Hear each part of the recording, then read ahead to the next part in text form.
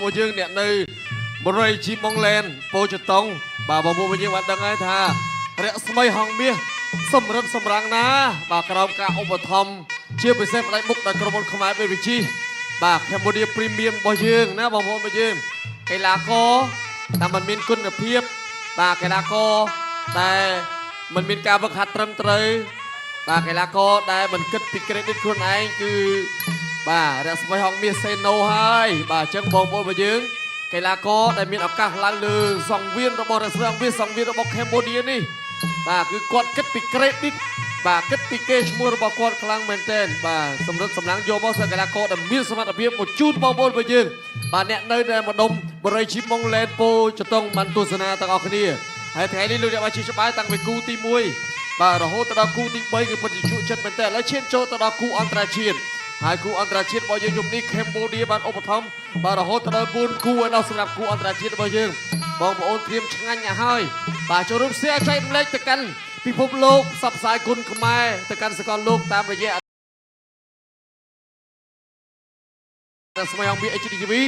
និងក្រុមហ៊ុនជីបម៉ុងក្រុមនៃឧបត្ថម្ភវិស័យកីឡាធំជាងគេនៅក្នុងប្រទេសជាតិកម្ពុជាបាទចូលរួមផ្សព្វផ្សាយគុណខ្មែរបងប្អូនចុច like ចុច share ដែលយប់នេះយើងមានការផ្សាយផ្ទាល់បាទតាមរយៈស្ថានីយទូរទស្សន៍ស្មៃហងប៊ី HDTV ហងមាសគុណខ្មែរហងមាសណាវហងមាស boxing និងប្រព័ន្ធទូរទស្សន៍ផ្កាយរណប Cambodia DTH UHD ផងដែរអញ្ចឹងបងប្អូនរបស់យើងក៏ភ្លេចណាចូលរួមផ្សព្វផ្សាយគុណខ្មែរដល់រុងរឿងដល់គ្នាដែលនៅក្នុងយុគសម័យនេះអរគុណដល់បាទ Cambodia Premium ដែលតែងតែលើកទឹកចិត្តជូនទៅកាន់កីឡាករបាទគ្រប់រូបតតែម្ដង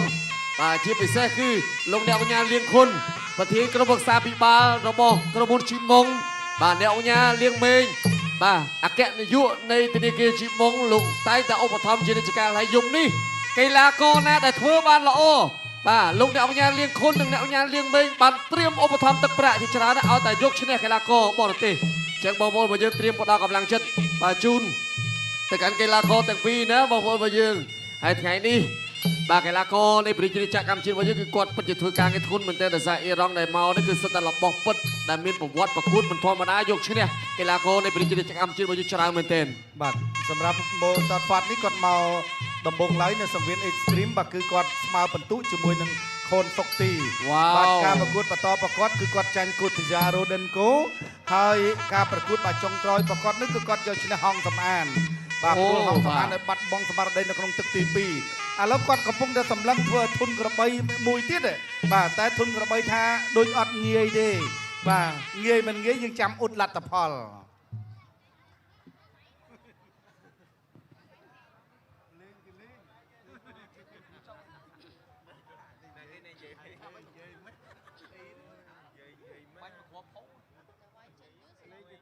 បាទកីឡាករទី2គឺស្ដាប់លក្ខណៈពីលោកគ្រូអញ្ញាក្រាលោកហុតវិបៀរួចហើយ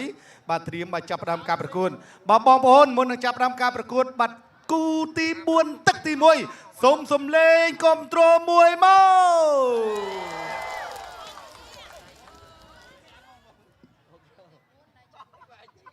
បាទបងប្អូនមកគូដែលឆ្ងាញ់ហើយបងប្អូនត្រៀម